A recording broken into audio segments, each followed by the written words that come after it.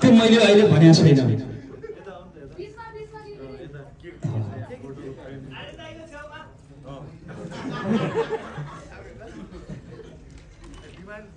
उपासना सिंह ठकुरी, मलाई थाहा छ उहाँ चाँडै घर फर्किनुहुन्छ।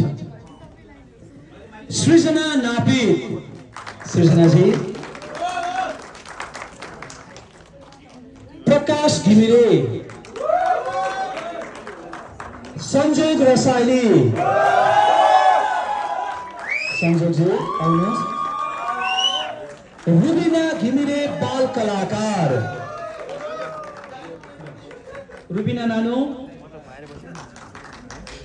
अब हामी माझ अत्यन्त लोकप्रिय आदरणीय कलाकार हुनुहुन्छ हरिहर शर्मा।